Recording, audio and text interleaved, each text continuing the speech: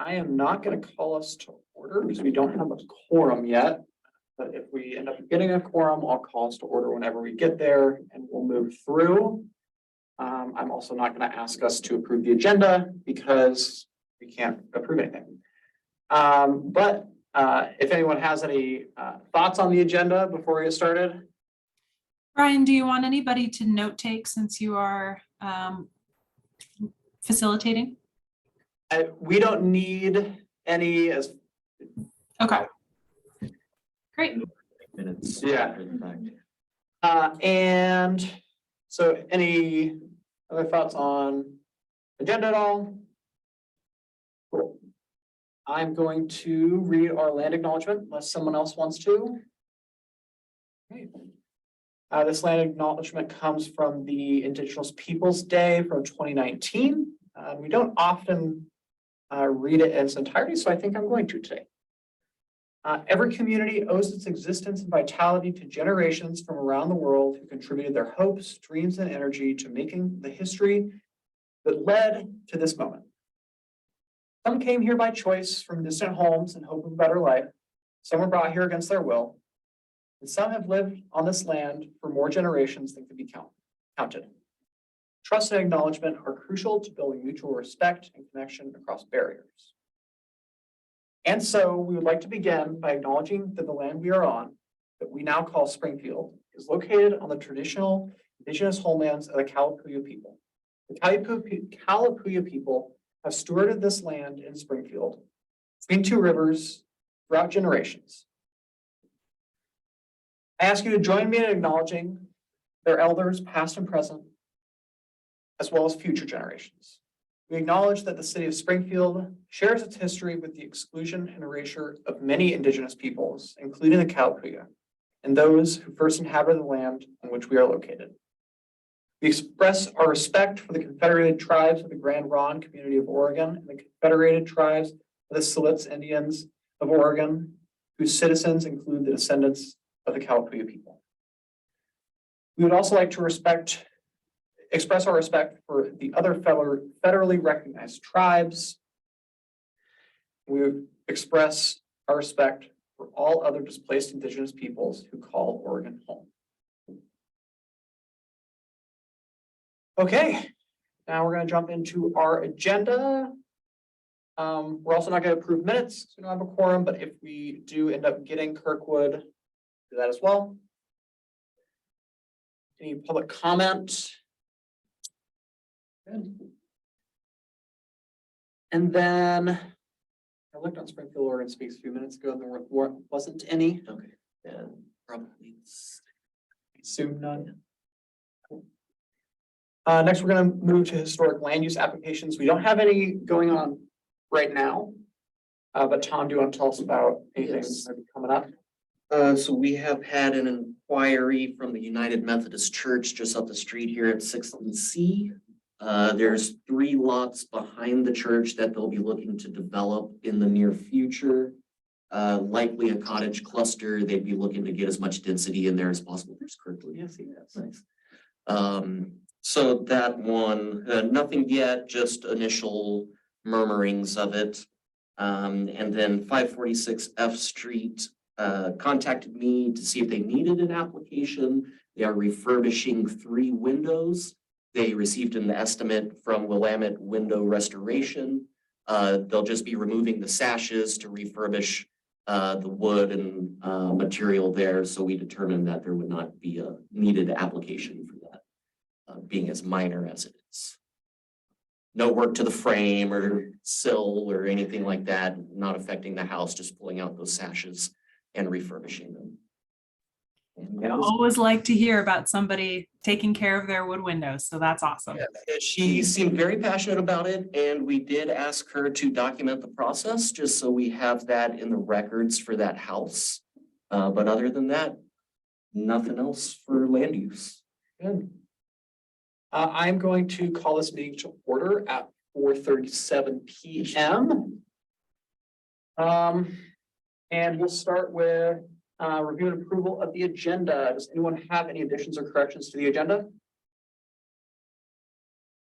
Seeing none, I'll accept the agenda without objection. Attached in Springfield, Oregon Speaks, there are draft minutes from the January 24th, 2023 meeting. Did everyone get a chance to look those over? Right. Anyone have any additions or corrections to those? Okay. Seeing no additions or corrections, I will approve the minutes without objection. Good. And moving on to our agenda, or back to our agenda, we will jump into, I guess I should ask for public comment one more time, probably, now that it's actually open.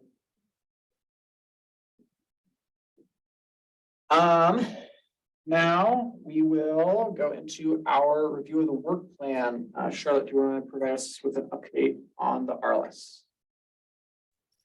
I'm sorry to say I have no update. I've not made progress on that topic. No problem. We will move on. Anyone have any training opportunities that they want to get through or they want to tell the commission about? The History Museum Walking Tour Guide. So this is ongoing. Normally, Shenna, I think, is mostly heading this off, but it is in partnership with the museum, I believe, my understanding. And I don't have anything on the walking tour. Is anyone anything? Well, it's not something that we've been discussing in the museum committee meetings, but it's certainly something that I would like to, and it's certainly something that I think we should. So definitely bring that up at the next meeting. I guess I can say that I am working with Curry to provide a progress report. She said because the walking tour guide is under the scope of what was already approved for the grants, that we just need to provide a progress report, which I can put stuff in there from the awards from last year and all of that. And then also just the request to reallocate those funds since they were already.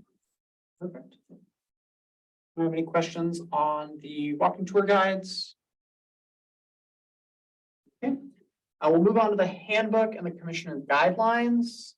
So Christina and I have been talking about these, and we are trying to decide which kind of direction as a commission we want to go. Obviously, we're not trying to make any big decisions today, but there is this idea that we'd have a handbook and that we'd then either have guidelines or actual bylaws. So in the past, right now, I think this commission is absolutely wonderful. I enjoy working with every single one of you.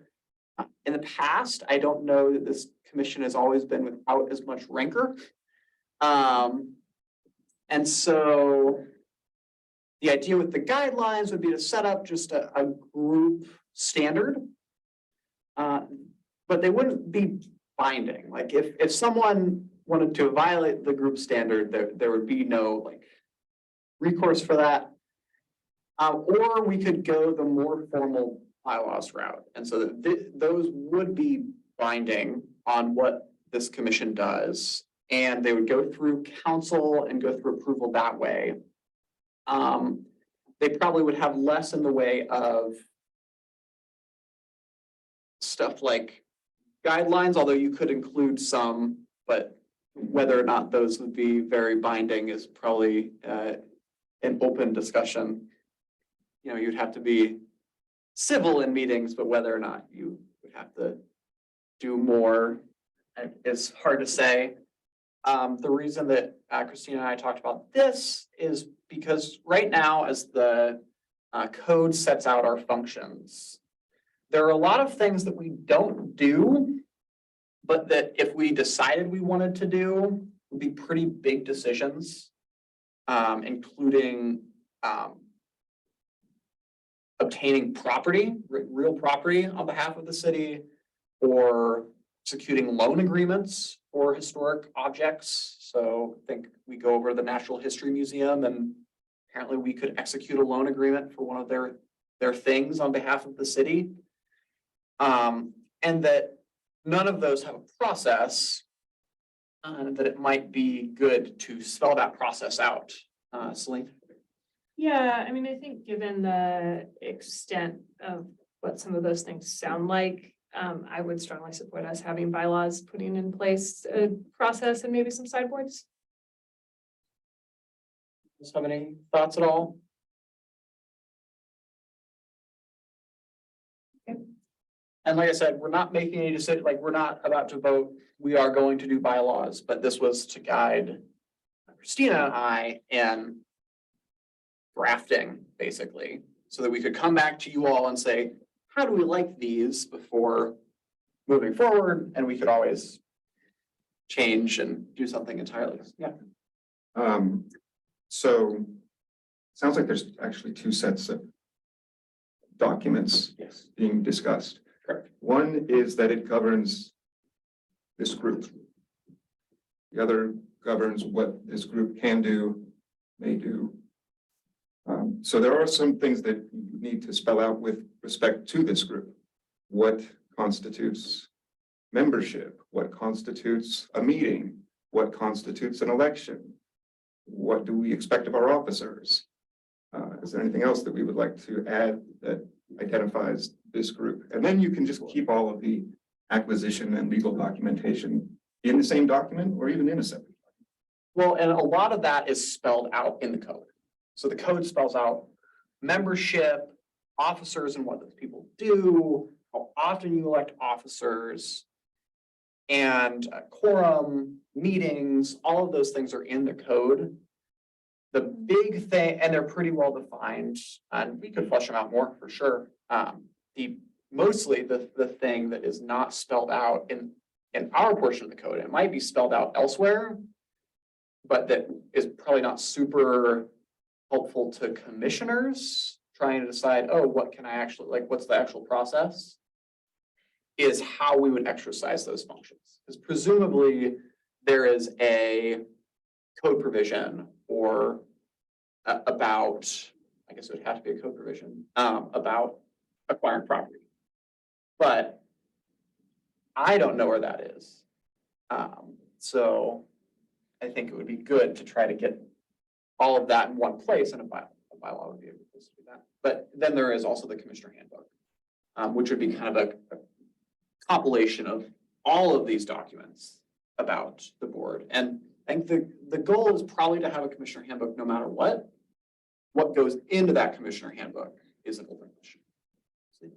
Yeah, I have two, I think, sort of information requests, Sure. things relating to the code that governs us and the potential bylaws.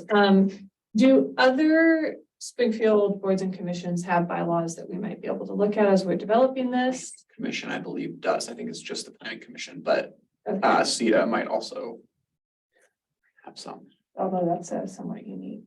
Yeah, although maybe not so unique. Yeah, the planning commission, I think, might make sense for us to look at. And then I think my other question, in addition to that, are we the only entity that's empowered to receive real property on behalf of the city, or could we borrow perhaps from those other bylaws? That is my understanding, is that we are the only entity, from what the city attorney has told this group in the past, is that we are the only entity empowered to, besides council, Right. to accept property on behalf of the city. And that came up, that was super passing. That came up in a public records discussion, because we could go into executive session to discuss that, because it's accepting property. So we are So one of if we wanted to adopt the Hayden Bridge, could we do that theoretically? is the only other context this has ever come up in, it is this city attorney's opinion that no, we cannot, because it is outside the UG, partially. Okay, but if we pick something historic that's well within the city boundaries, we could theoretically acquire it. Theoretically, that would be authorized by our functions in the code. Whether or not that has been limited elsewhere in the code, I have no idea. Well, that's enough information to make me dangerous. I'm Just joking. yeah. And so, any other thoughts on just guidelines versus bylaws? And That brought up an interesting point, because the museum can accept donations and they can accept gifts or they can accept artifacts. Right. And there's a separate policy document that stipulates Right. what needs to be done in order to acquire whatever is being offered. And we are, It doesn't exist in bylaws though. Right. So, we are also authorized to do that. We may receive, the languages, we may receive and display property, objects, and records. May sign loan agreements for lending and receiving the items. And then we are also authorized to obtain, receive, and administer land on behalf of the city for carrying out our objective. Very broad.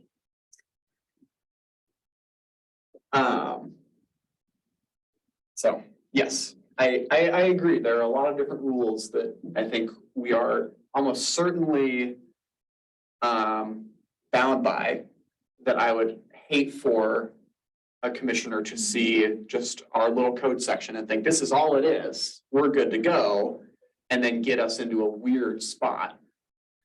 sure, but how many pages do you anticipate this? I have no idea. I will endeavor to make it very small. Okay, any other thoughts at all? Not really, but thank you for putting the time and attention to detail into that. Of course, Kind of your administrative muscle is helpful. of course. And so I will, Christina and I will let her vacation first, but then after that, we'll get together and kind of talk about where we're heading and hope to have some draft bylaws for you all to consider and think about. Sometime soon. I have a question. Go for it. How do you personally feel? Do you have an opinion on this, or Yeah, would you rather do the bylaws or the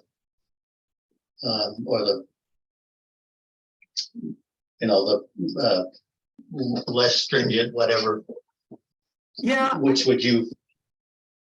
I would prefer the bylaws. I think the reason I would prefer that is because I think that is a good way to put together all of the different code sections, maybe without not necessarily referencing all the code sections, but put together a document that follows what the process would be, spell it out in plain language, so that if this was something the commission wanted to do, we would actually go through the proper process instead of, Commissioner Helmer joked about the Hayden Bridge, but I think there was a real chance in that meeting that someone might have just said, oh, I'm just gonna move to accept it and see what happens.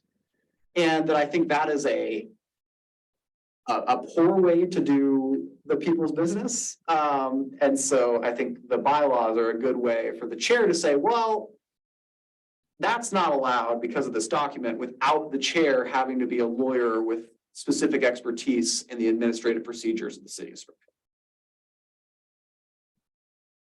Oh, thanks. Keep us moving here. Postcards. So I do have an update from Jenna on postcards. She can't be here tonight. She is doing other historic things around, but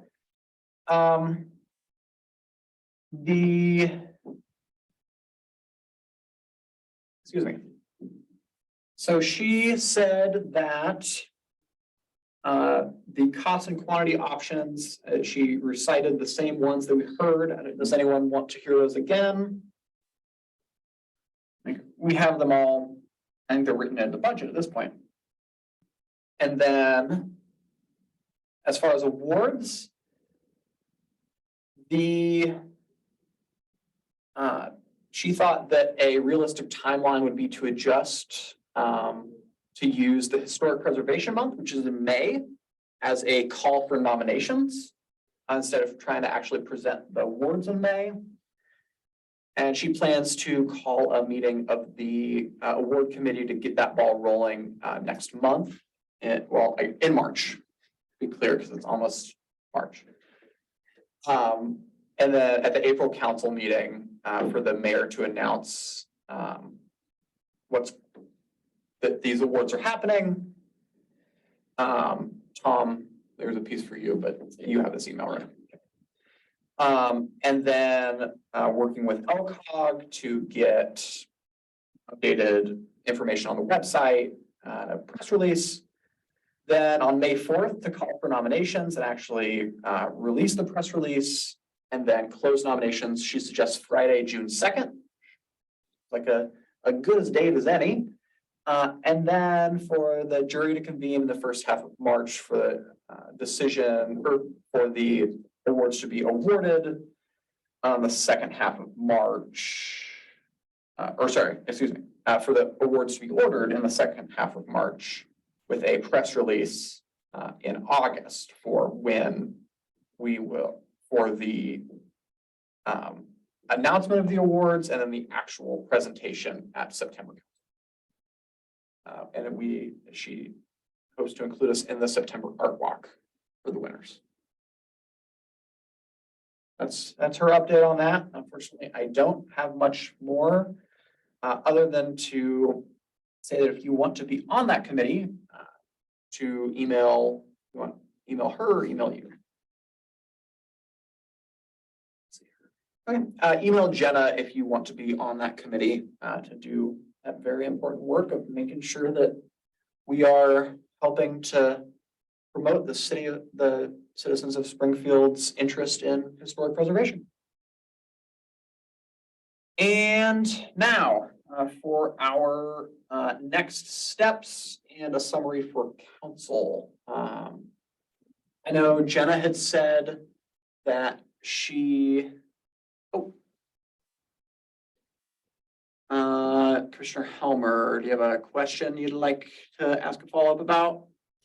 Yeah, so previously we were talking about how we don't have any review applications before us, but we might see one in the near future about a property. While we were talking, I was looking through some of our documentation of potential historic resources on that block. So I just wanted to circle back briefly and could you say again where the project impact is likely to be? It would be the 3 lots that are behind the United Methodist Church. I think I wrote down. It's empty fields. Yes, that's what you're looking for. 533. Let's see, that would be C Street, I believe.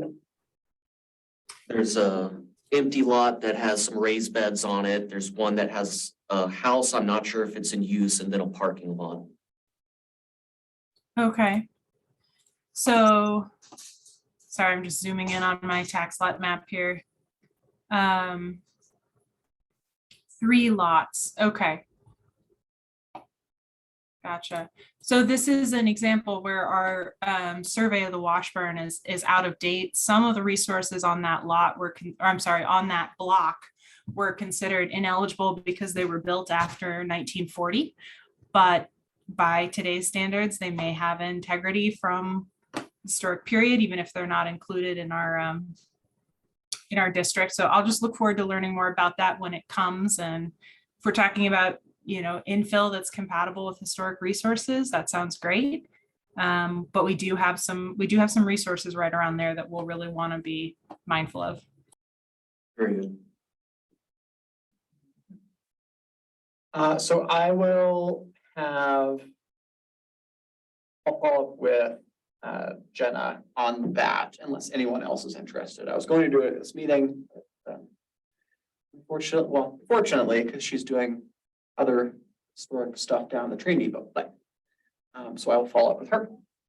And then new recruitment for a seat update. Tom, is that from you? I don't have an update on that. From New recruitment. for new one recruitments, seat. yes. We received 2 new applications. One of the applicants does have specific background in historic. I think it was a master's or could have been a PhD, I'm not sure, in public history. So that's a very good one. And then Commissioner Fribley also reapplied for her seat.